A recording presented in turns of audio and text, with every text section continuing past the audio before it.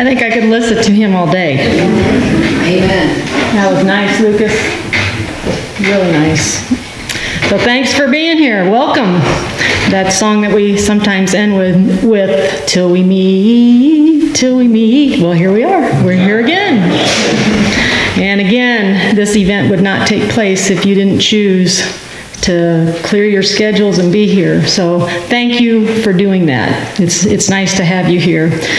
There's a lot that I thought about poking fun at today, considering the condition of our world and more specifically our nation, but I choose not to go there. It's crazy, so I would choose just to be here with you and enjoy our time of fellowship for the hour or so that we have, and maybe ponder some philosophical things, important things like, let's see, what would bears be without honey? Does anybody know what would bears be without honey? What? Nope. Ears. Oh. All right, so we start out with a groaner. What can I say? There's other things too, like, why is it called lipstick when after you put it on you can still move your lips? Or what about road signs? Is it really against the law when you go in the no passing zone and you go past it? I know, these are really deep. These are really... And then we're coming up on my all-time favorite, daylight savings time. Why are we saving it and where are we hiding it? Are you with me on those? Yeah. All right. What's that? Very sick. Well, then we'll just press on. Let's turn together to our first hymn, Fairest Lord Jesus, number 5. Let's stand together.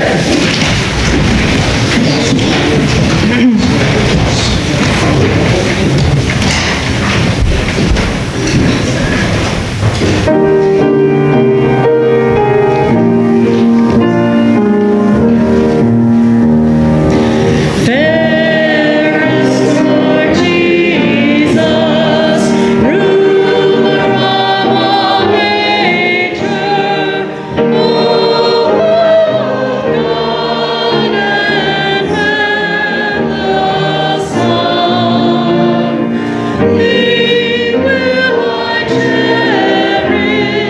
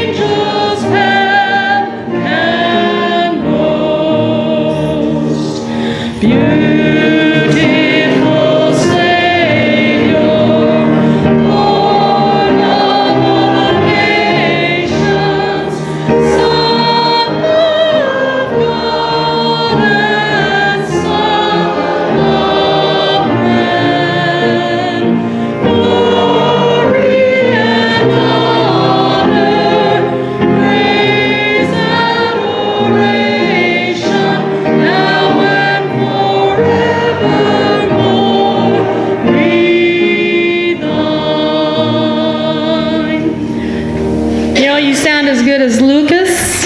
And you know, those compliments are genuine. I mean, it sounds really good. So please be seated. We'll press on. We got a church update, and I'm going to share that with you. If it sounds like I'm reading it, I am, because I just got it. So, Heritage Days was in New Providence. The church was open for visitors, and Linda Widmer put together a display of historic aprons from several members. Several visitors throughout the year. Mrs. Anderson from South Dakota stopped by looking for information on her great-great-grandfather and descendants. Turns out that it was Linn Reece, one of the original group from North Carolina that established Honey Creek in 1852. We have a lot of information on him and his family, and she found her grandmother and her great-uncles listed, which she had known. She was overwhelmed and very grateful to learn we had those records. Also, there was a lady from Denmark who had stayed here with her grandma, Eunice Nowak, for a while. Sometimes I don't know how far-reaching this little place really is. Did it say your name? No. Meta Munker. Yeah. Okay. Cool. I went to school with that. You did? Yeah. Well, I don't remember her. 1 year, okay. Was I born? Yes. Okay. He's only got 5 years on me. I shouldn't make that like it's really big. One wedding on August 5th for Andrea Steiner. That'd be Colleen Drifke's daughter.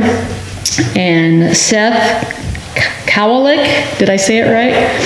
Beautiful wedding in the church with a reception held in the north lawn with many, many guests. Jean Cummins Granger and brother George Cummins gave us a large collection of seashells and rocks that her mother Lucille had gathered over the years. They are used in the decorations upstairs and downstairs, and were put together by some gals that got together. I wish I could have been a part of that, but my schedule doesn't allow. Our current goal is to add air conditioning to the church by next year. That will help preserve the many genealogical records, as well as encourage increased usage of the church for gatherings, weddings, meetings, and reunions. So there you have it. That's what's been happening. I'd say in a nutshell, but it's on this piece of paper. All right, let's turn together to hymn number 457, For the Beauty of the Earth. For the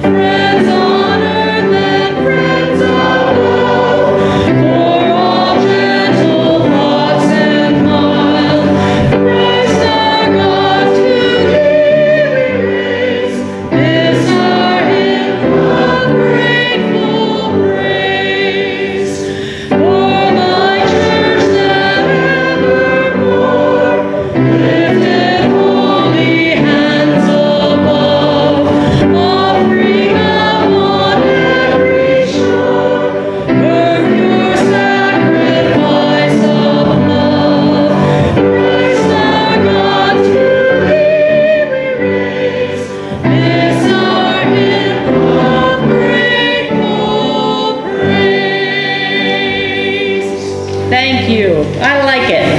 She's over here directing us. It's really nice to see her. Such enthusiasm. So, I'm not sure who's got, Lynn, you've got the correspondence. All right.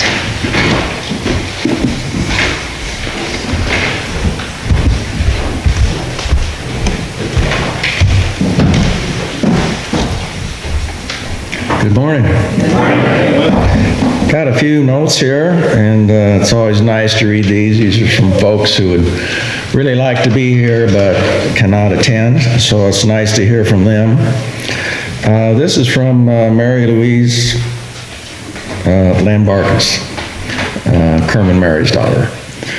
Dear friends, the beautiful church is still there and being used. How wonderful. I remember as a child it seemed so big.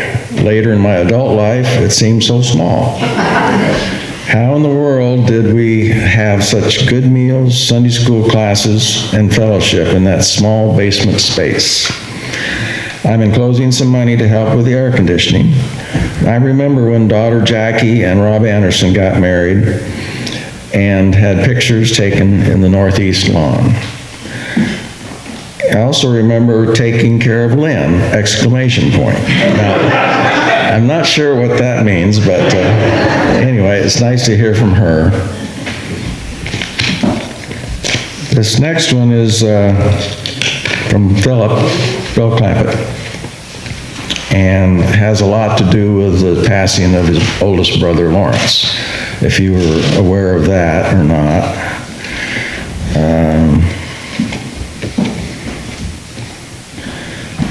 This is a little note from Phil. Thank you for your letter informing us of the Honey Creek homecoming on October 8th. Hannah and I will not be able to attend, but send warm greetings.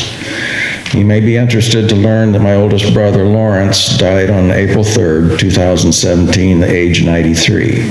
More details are enclosed.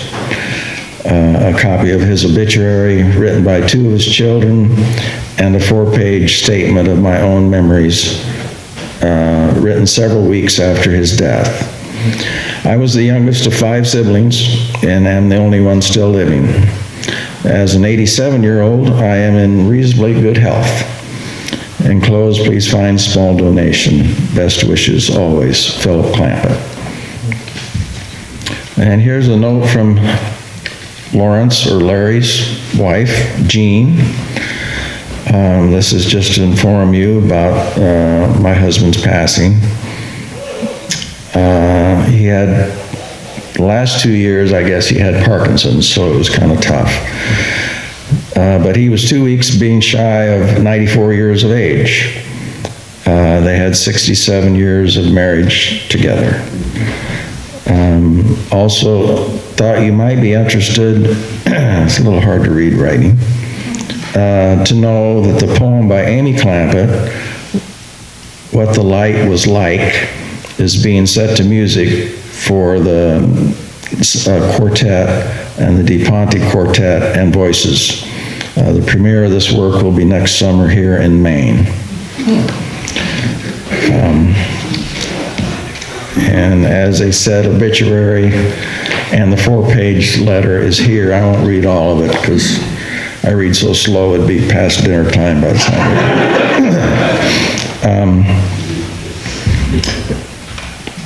He basically worked at Raython, where he had numerous positions. He was known as a problem solver. His work included patented inventions in radar and navigation systems, and early collaboration on the team that developed the first microwave ovens, ultimately finding consumer success with Raython's Amana radar range. Later in his career, he consulted on development of ring laser gyroscope technologies, the heart of modern aviation inertial navigation systems. He retired in 1988, but his tinkering never stopped. He was known to his family as Mr. Fix-It. Talked about his life here. You can read this. Sounded like he was quite the tennis player. And he started the local Habitat for Humanity. and he was predeceased, to kind of put this in context for some of you, by siblings Richard, Amy, which is a celebrated American poet, and Beth. He is survived by his wife of 67 years, Jean, sons David, Peter, Richard, and daughter Martha. Grandchildren Sebastian, Laura, and Jamie Clampett, and brother Philip. I'll just read just a tiny bit of the memoirs from his brother Philip, and talks about, first a little context. We were a farm family living in New Providence, Iowa. The farm I grew up on, Pioneer Farm, and that's one Les and Kay live in, was bought the year I was born, 1930, and was of modest size, 125 acres.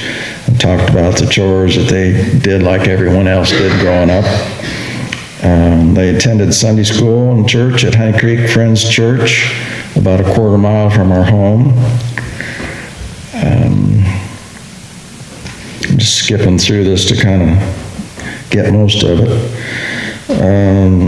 Larry did some hunting when he was fairly young, high school age, I believe. Once, after shooting a squirrel in the woods near home, he used the butt of the gun, the .22 caliber rifle, to try to knock the squirrel out of the tree. The gun accidentally fired, shooting Larry through the thigh, but missing any bones. He recovered completely. According to my mother, after the incident, he remarked, "I guess I'll get my name in the paper." If my memory serves me correctly, that incident marked the end of Larry's hunting career, and neither Richard or I chose to become hunters. But it's very interesting, and I'm going to leave it back on the little school desk there for anyone who would like to read it, the rest of it. The other piece of information that we got was from Vincent Smith, who lives in Hague, New York. Is that right? Hague? Is that how you pronounce it? My grandparents, Anna and Melvin Smith, were pastors at Honey Creek in the early 1900s, where my father grew up. And going through my parents' materials, I came across the enclosed book, which I noticed had some burial and marriage information in the back. It appears this information is from your area of Iowa, and I hope this information can be of use. Even though it's in bad condition, it is interesting to think that the book was used extensively and still exists 123 years or so after it was published. I hope all's well with you and your friends. And here's the book, and it is very fragile. I even hate to open it up. But it's called The Pastor's Companion. Maybe you're aware of it. But it has a lot of program ideas for all different things that happen in a person's life: funerals, marriages, scripture selections, baptism, a lot of different things. And in the back is what he talks about, is some handwritten notes of marriages. There's quite a bit here on Bangor, friends.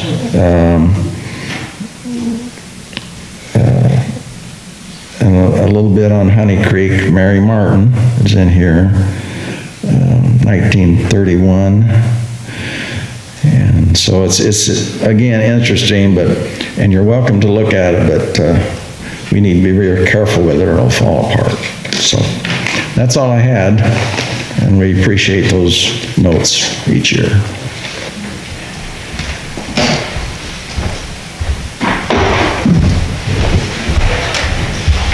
Well, as we prepare to take an offering, I wanted to share a story I came across, and I'm pretty sure this event did not happen in a Quaker meeting. But it talked about this family that went to church, and the pastor had an awesome sermon, and the choir just sang so beautifully, and there was just dancing. That's the part I know it wasn't Quaker. There was dancing and shouting. It was just a real worshipful time. And on the way home, this family was riding, and I can't remember how many there were of them, but Dad was driving, and one of the kids says, "Dad, I can't believe they put that whole show on for $1.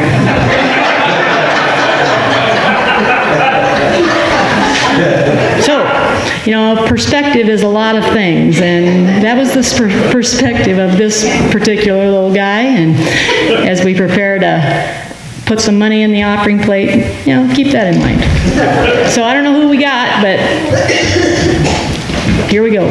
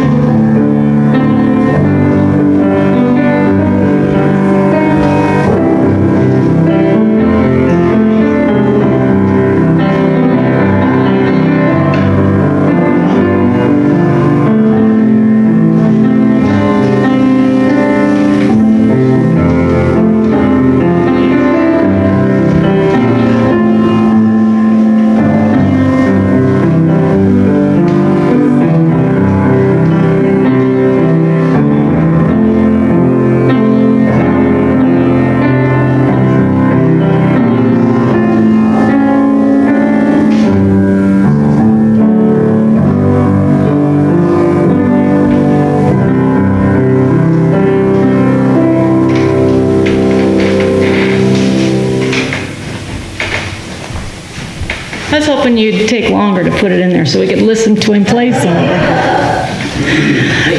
He actually can play longer because the fourth quartet person is downstairs. Oh, would you play us another song? Oh, he's back.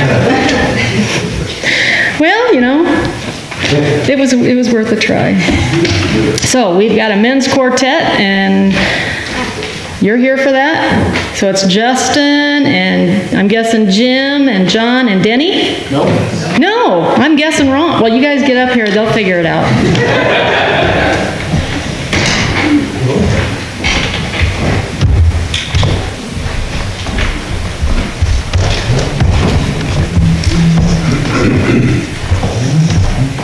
The first piece we're going to offer today is the Little Brown Church in the Vale. And I didn't even know, I've sung about this church for 40 years, did not know it even existed. The first person who told me about the Little Brown Church in the Vale was Martha Eckhart. And I said, there is such a place? And she goes, yeah, and it's in Iowa. I said, are you kidding me? So I was coming back from a picking show up by West Union and came down the highway, and we made a curve, and there it was. And so Richard Drefke from Hubbard and I stopped, and we went in, took pictures, and kind of got a feel for it. But I was so enthralled that I did some research on that song and the church. And during a stagecoach ride in 1857, Dr. William S. Pitts, who wrote the song, was visiting Fredericksburg, Iowa, just to the east. The stagecoach stopped at a little place called Bradford, Iowa. And it gave Mr. Pitts time to wander through the woodlands. And Mr. Pitts found this particular beauty in this wooded valley formed by the Cedar River. And while viewing this spot, he envisioned a church there. There was no church there when he was there. He visioned this church, and he couldn't get that vision out of his mind. And returning to his home in Wisconsin, and actually on the stagecoach, he wrote the church in the Wildwood for his own sake. And he says in his own words, only then was I at peace with myself. Isn't that interesting? In 1862, Pitts married his fiancée, who he was visiting earlier in 1857. They returned to move back to be close to her elderly parents. He returned at the same stagecoach stop in Bradford and was astonished to find this church being painted brown that had been built while he was gone in that time period. The reason it was painted brown is that brown was the cheapest color of paint you could buy in the 1850s. During the winter of 1863 and 64, Pitts taught us a class at the Bradford Academy, a singing class. And he had his class sing the little church in the Wildwood for the first time. And then the song was sung publicly in the church of the Wildwood for the first time publicly ever. And I just found that very interesting. He envisioned this church. It wasn't in existence. It comes back 8 years later, and there it is. The church in the Wildwood. The little brown church in the Vale. After that, we will sing a song entitled, For God So Loved the World.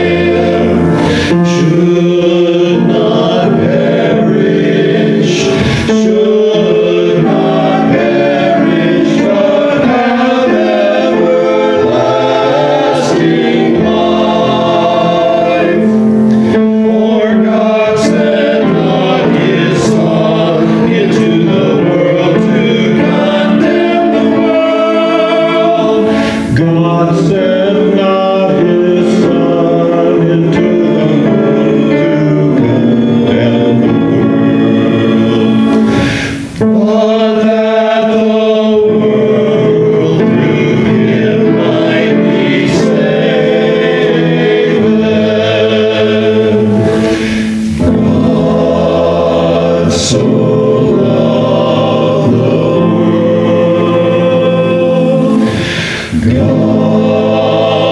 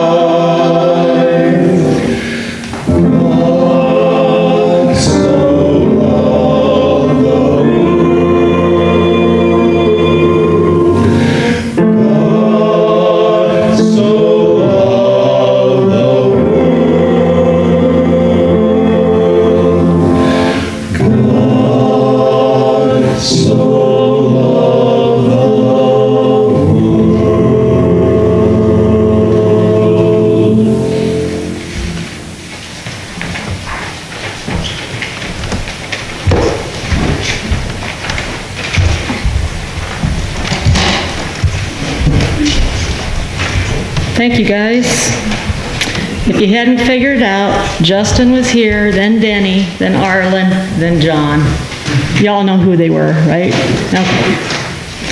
Well, we're going to press on with what we had planned today, and I was reminded about just how important Sunday is when you're a kid, and there was this little girl that got dressed in her finest clothes, and she was running just a little bit late. So she got dressed as fast as she could, and she took off running, and she was praying the whole way. She said, "Dear Lord, please don't let me be late. Please don't let me be late." Kept running, then all of a sudden, tripped on a curb and went crashing to the ground, got all dirty and ripped her dress.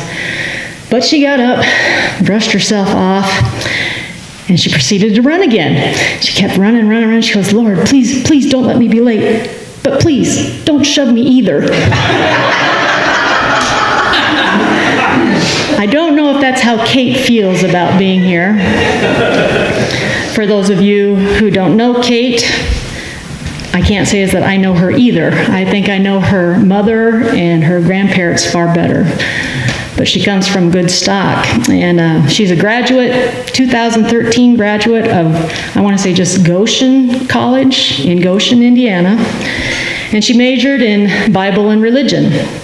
And her minor was international studies. She's currently employed in Sioux Falls, South Dakota, and has been there for 4 years. But the last 3, she's been an immigration specialist. And like I said, she comes to share with us, and she has ties to the area, as I mentioned. And actually, her grandmother, I think, correct me if I'm wrong, I think she was the oldest speaker we ever had for Honey Creek Homecoming. I can't say that her mother was the youngest, because Kate comes in at 26, but we did have Carrie Williams a few years ago. She's now Carrie Krupke, but she was a student at Drake when she shared with us. So with that, I'd like you to welcome Kate, and I'm glad she consented or was shoved to come and share with us today.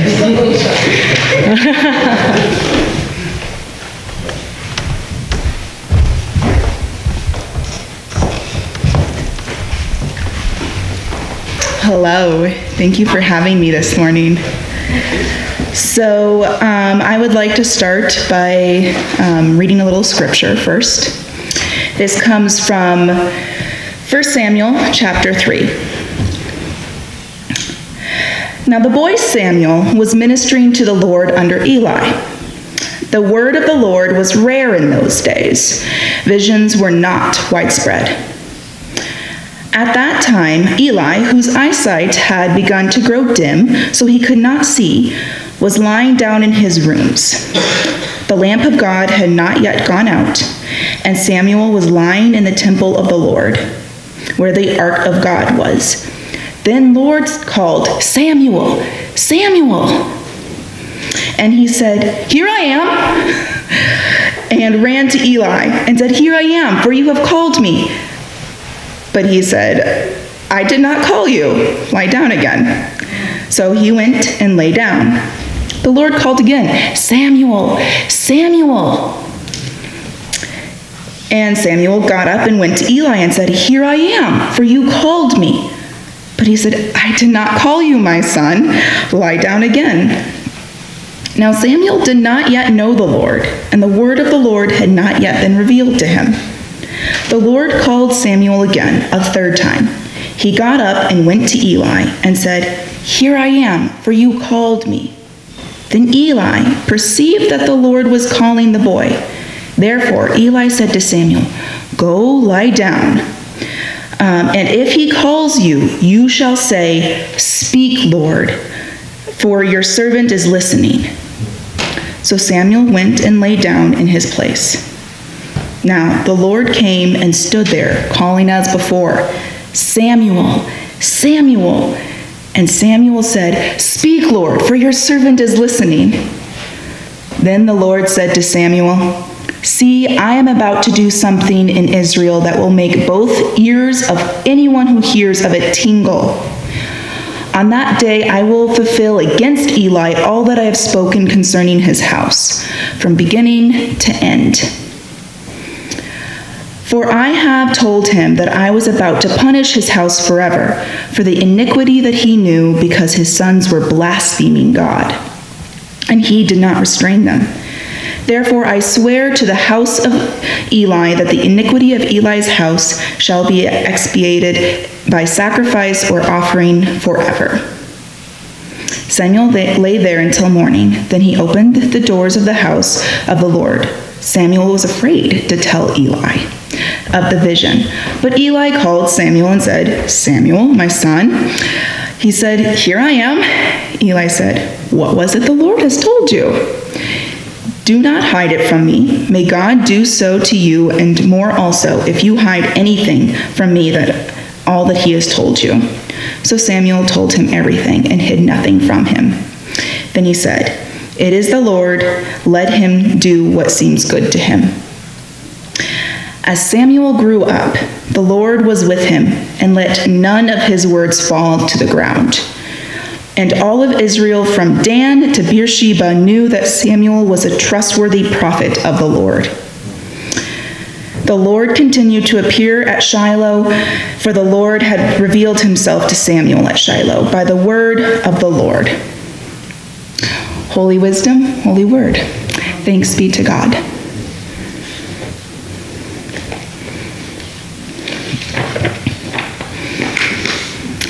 The call of the Lord is a strange thing, isn't it? We often mistake it for other voices that bluster around in our world. When God called to the young Samuel, in the night, Samuel logically thought it was his elderly teacher, Eli, calling to him. I don't blame Samuel at all. As many of us age, we can no longer sleep peacefully through the night. Many of us have to use the facilities, others find themselves awake and cannot shut off their brains and continue sleeping.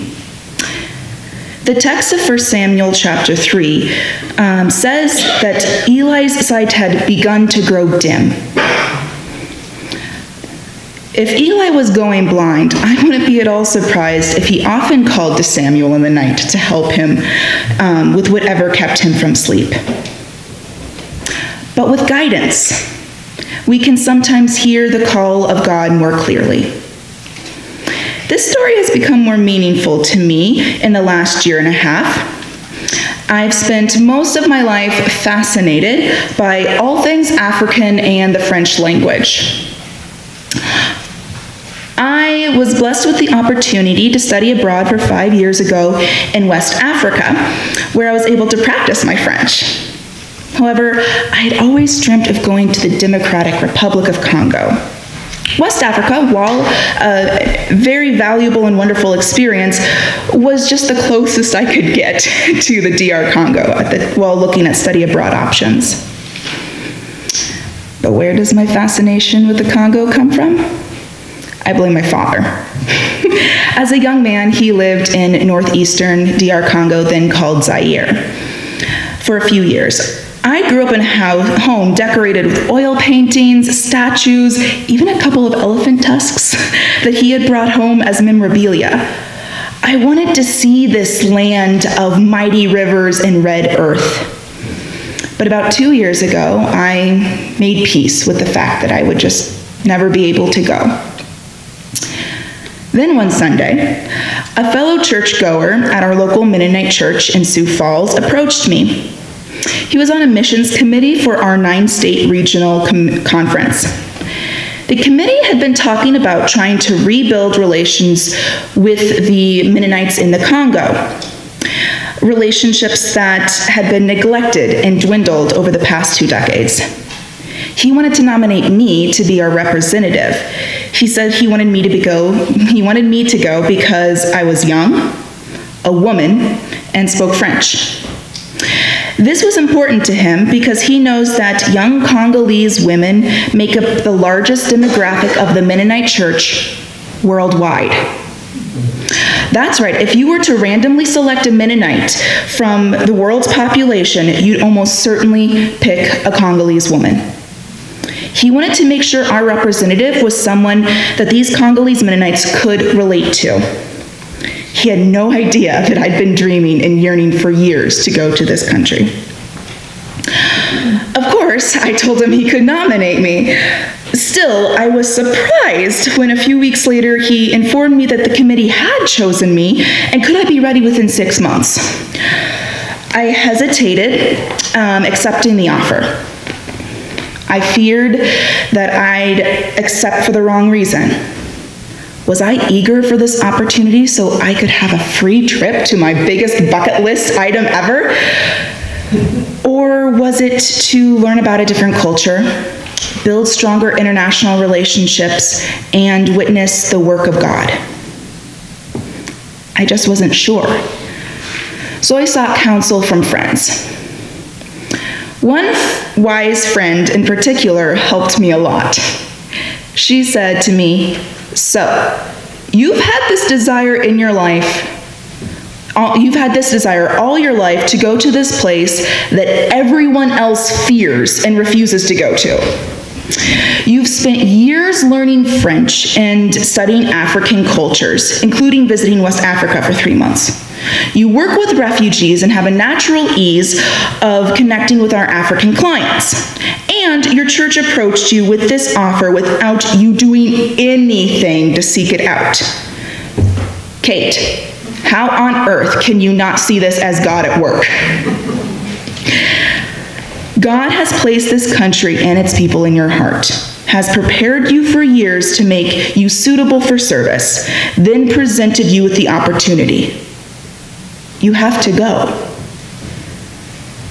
So I did. In April of 2016, I spent 3 weeks in various parts of the DR Congo. I tagged along with the executive director of an organization called Africa Inter-Mennonite Missions. AIMM, originally called Congo Inland Mission, has been around for over 100 years. It currently is a coalition of national Mennonite church bodies from the USA, Canada, France, Congo, Burkina Faso, Benin, Sierra Leone, and South Africa. The goal is to support fellowship between these organizations and help serve the church in Africa. While in Congo, I visited with the leadership of the 3 national Mennonite churches there, attended local worship services, and had the pleasure of interviewing leaders and lay leaders alike. I was to bring back a report of the happenings and needs of the Congo, in addition to their encouragement and advice on our struggles. The common theme that I noticed, no matter whom I spoke with, was the need for education, especially literacy, especially for girls. Within Congo, adult women make up 75%, 3/4, of the national church bodies. Yet they are the least educated and the least prosperous. But that doesn't stop them from being also the most generous with their money. The church in Congo realizes for them to become independent of foreign aid, they must be able to sustain themselves. This means a major focus of the church for the last several decades has been helping their parishioners become sustainable and self-sufficient. But little of these efforts have focused specifically on women or literacy education. Historically, women in the Congo have been told they are worthless. They are not worth the investment of education, as they will only marry and leave the household, therefore not benefiting the father. The only expectation the culture has for them is to become wives, tend to the household, and produce children. Even when the girls have access to education, their own self-doubt often keeps them from succeeding. This summer, I learned that after my interviews in 2016, the head female leaders from the 3 national churches independently got together to address female literacy. They created a cross-denominational project using God's word, not only to teach women how to read, but to show them that they are worthy in the eyes of God. The ministry undoubtedly is an evangelism tool, but it is also a tool to strengthen the financial and emotional well-beings of congregations and their members. I was shocked. I was moved to tears to learn of this effort. To see these groups stop competing against each other and to work together for such an important and practical and necessary good. I felt so blessed to be part of this in a small way. I was reassured by the executive director of AIMM that the women leaders said that they came together after my conversations with them. I was blessed to report to my 9-state regional conference that this fruit came because they had the faith to follow the call of relationships with the Mennonites in Congo. Let's be honest. I did not come up with this literacy effort. I did not organize it. I did not bring it to the women and say, you should do this, nor financially support it. Nor did the North American Church have any role other than sending me to have conversations with the Congolese. It is amazing what great things God can do through us. All we need to do is listen to our callings and act faithfully upon them. God will do the rest. Thank you very much.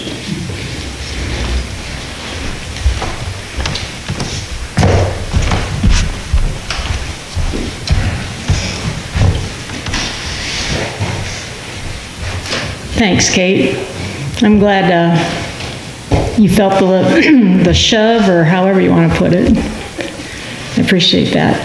We're going to enter a time of open worship and a time of sharing. It's a time for you to either stand where you're at. If you want to come up here, that's fine too. Whenever I think of being here or just being in this sector of Hardin County, I get real reflective, and one of the songs that comes to my mind is one we did in choir, all those years that we had a choir uptown, and it was called There Is a Quiet Place. And if you would endure me as we prepare for our time together in open worship. There is a quiet place far from the rapid pace where God can soothe my troubled mind, sheltered by tree and flower. There in my quiet hour with Him, my cares are left behind. Whether a garden small or on a mountain tall, new strength and courage there I find. Then from this quiet place I go prepared to face a new day with love for all mankind.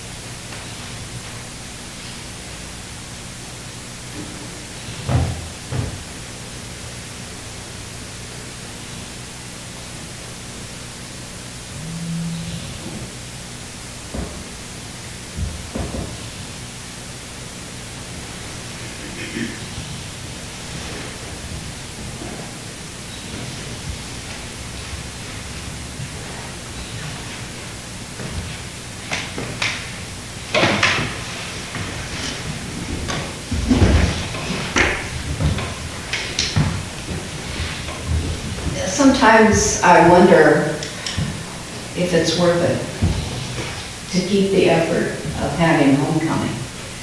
With my parents' Sunday school class, and Jim's and John's, and we went around to see Leslie's parents and Julie's parents, that Shirley's parents. If I miss somebody, I'm sorry. That Lynn's parents, Susie's parents. So we're kind of that next generation. But we've moved away. Well, several of us moved away. And now in moving back for at least part of the year, I know my mother really dreamed and hoped that I would be active in the preservation group. And for a while I sort of said, that's your thing. Don't expect me to keep that up when I get there. That's a burden on me. I don't want that. But as we started actually living here, and I thought, again, is it worth it? It's a small group. Maybe, we don't get a packed house anymore. Because those holes that we see were where our parents sat.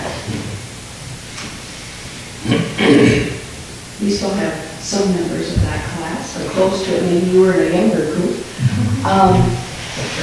Anyway, they had homecoming. What was that class called? The Sunday school class at 1044? 10 what? 1044. Friendly form.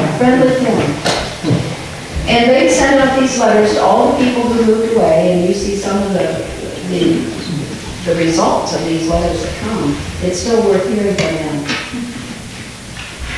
But as you said, you could poke fun at things that are going on in the world today, in our nation. I mean, a sense of, where's the fun? I can barely feel stable from day to day. Every day there's something. And I'm beginning to get scared. I've never been scared in my life. Even in the 50s during the Cold War. And I'm going to go on, but we've got until, it's too late. I'm going to go on. But in the 50s, when some people were ducking for cover under their desks, I don't think our classes ever did that. I know that Suzanne Martin went for a week into a fallout shelter for a 4-H project. If you remember Suzanne Martin.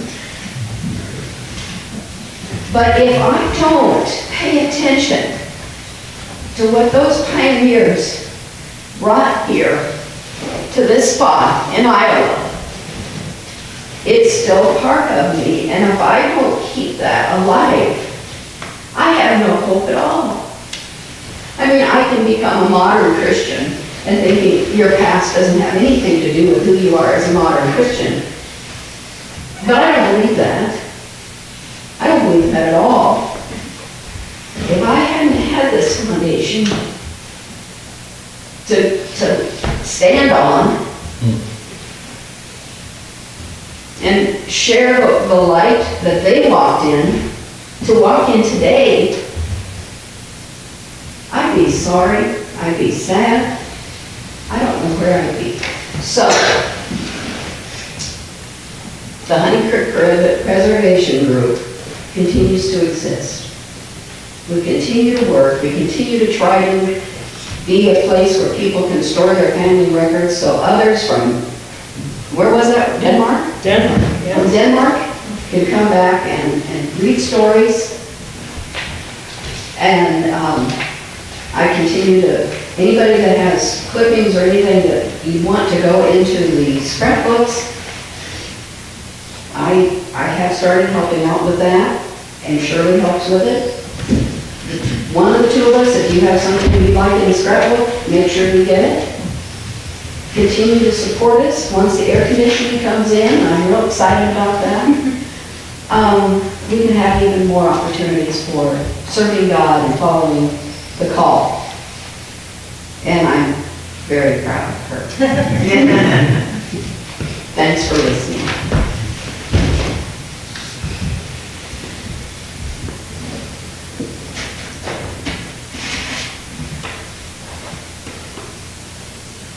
So was that Vera speaking there? Did it sound like it?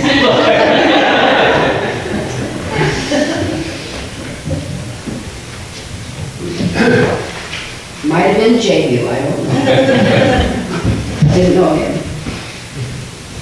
Well, I just want to say that I'm very thankful for my foundation that was started here at Honey Creek. And I might bring a couple of connections. Not too long ago, I saw Marvin and Doris Huxma, who were the ministers after the streets. Gilbert and I were here. And many of you probably know that they live at Wesley Acres in Des Moines, and I happened to be coming out of the Windsor Heights Hy-Vee and met Doris, and we chatted for a while. I asked how Marvin was, and she said, well, he's right over there in the van, we'll talk to him. So I did, and he seemed to be in good spirits, but he said, well, I just mainly can go from the apartment to the car, and I sit, and that's about it. But one of my fond memories was when he chaperoned our trip to our United Nations youth trip to New York City. And as the bus stopped, he got out and led calisthenics so that we could get some exercise on the way there. I remember that fondly. And another connection is that I believe it was Phil Kleinfeld's granddaughter attended our Des Moines Valley Friends meeting for a while. And this year, she and her partner have started teaching at Scattergood Friends School. But she attended our meeting for a while. And of course, Pauline and Roy Kleinfeld are held with high respect and fondness at the Des Moines Valley Friends. They lived at the American Friends Service Committee building and were attenders there, meeting members. And also Beth attended, and we helped to transport her. But that relationship started when they were here, and then we met up again as we moved to Des Moines. And I might say the American Friends Service Committee is celebrating 100 years. November 18th, there will be some things at Grandview College, I think it's Grandview University, Grandview College. Grandview University in that day, so if you're interested, I think it'll be very worthwhile.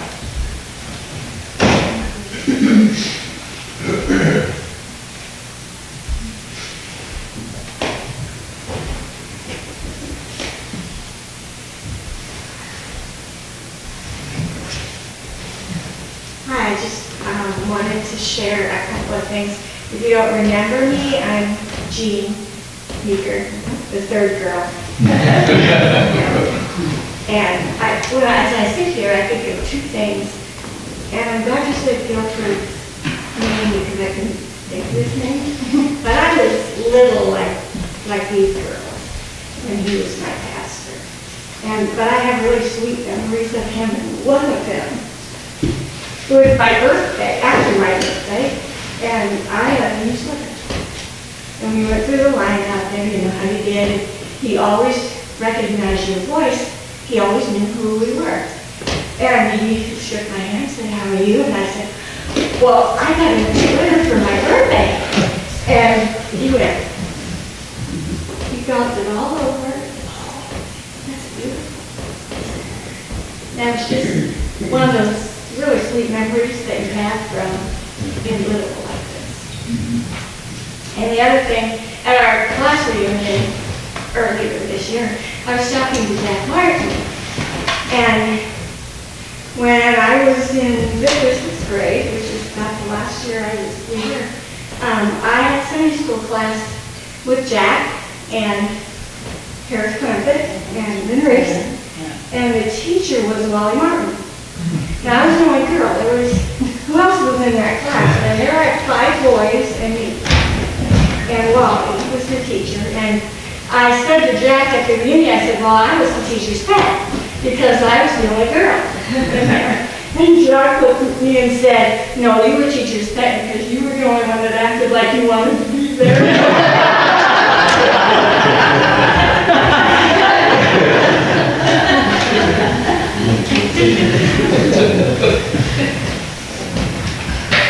These are all reminding us of other stories too. For those who didn't know, Gilbert was blind if I was checking your sweater out. Kind of an important part of it.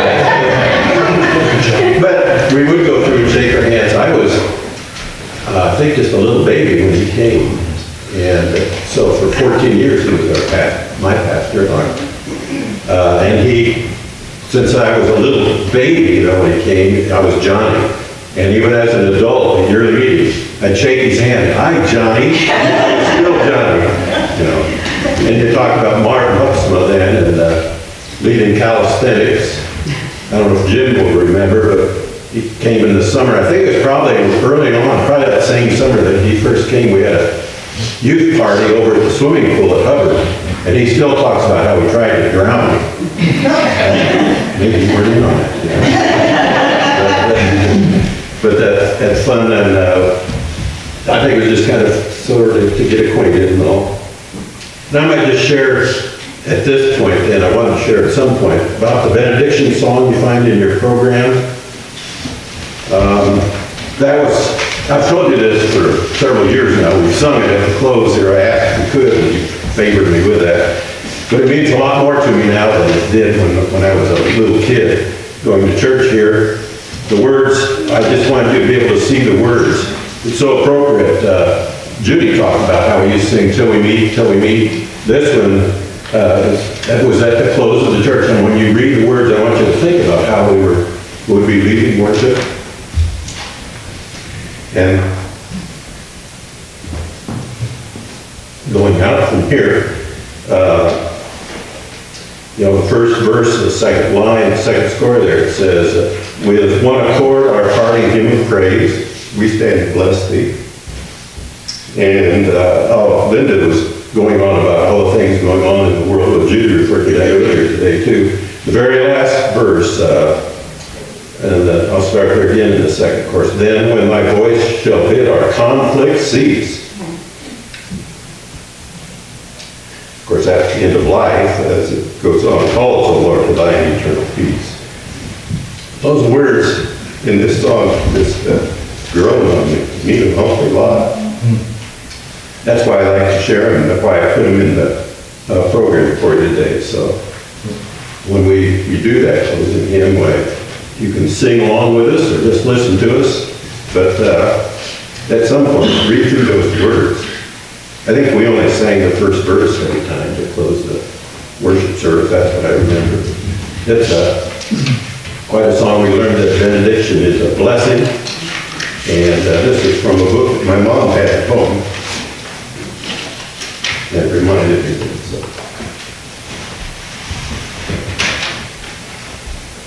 And the songs that we sang during the service, we sang a lot.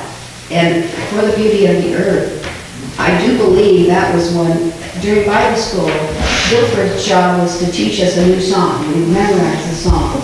And I believe that For the Beauty of the Earth was one of them, because when we were learning it, I thought, for the beauty, I think of beauty as something you see, and he couldn't see. And he still thought it was beautiful. I remember the year we did that. We would sing, we had Bible school, I remember singing up there on the altar, the Mildred Clampett was what I remember leading it. The great gray elephant, the little tiny. All these things. All these things God gave me. Yeah. He gave me eyes to see. Would you do it? I'd be going, but nobody. I don't feel called.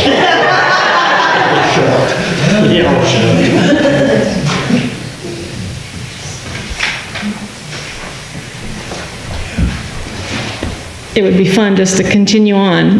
It's fun to hear your laughter and the memories, and even it's hard to cry with the emotions, but it's relevant. I would, like I said, this place has a special meaning to me, but over there is an extension of it. And when I'm at Reece Park, I can be down there and I do not feel like I'm in Iowa. It just feels so peaceful. It doesn't matter the season. And just as I said that, I have to take it back, because I don't do that much in the summer because the mosquitoes are awful. But I came across another little story, and I'll share it with you, and then we'll get the guys up here to do our benediction. We can get down there and feed this empty void here. I don't know about yours, but it's a growling. I can smell it. Now, little Bobby was spending the weekend with his grandmother, and she decided to take him to the park. And the night before, it just snowed. It snowed, John, and it was beautiful. And Grandma made the remark to Bobby, "Doesn't it look like an artist painted this scenery? Did you know God painted this for you?" And Bobby said, "Yeah, I know God did it, and he did it with his left hand." Grandma was kind of taken back by that, and she said, "Well, what makes you say that God painted it with or made it with his left hand?" And he said, "Well, last week in Sunday school, we learned that Jesus sits on God's right hand."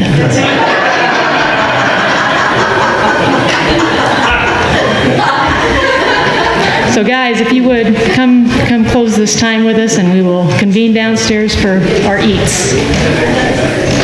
Yeah, thank you.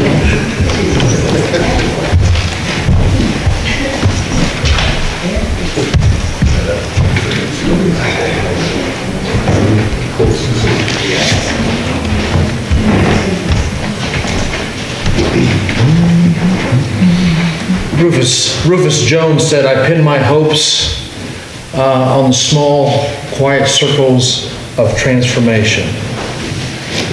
And this was a small, quiet circle of transformation which has been passed on down to this young lady, where you're helping Congolese Mennonite ladies realize that greater is He that is in me than he that is in the world. The very things that the early Quakers, because in 17th century England, it was believed that the aristocracy had the Spirit of God, not the commoners. But once people realized that they have the Spirit of God in them, they have a place to stand. Elton Trueblood wrote a book with that title, A Place to Stand, quoting the Greek philosopher Archimedes, who said, "Give me a lever and a fulcrum and a place to stand, and I can move the world."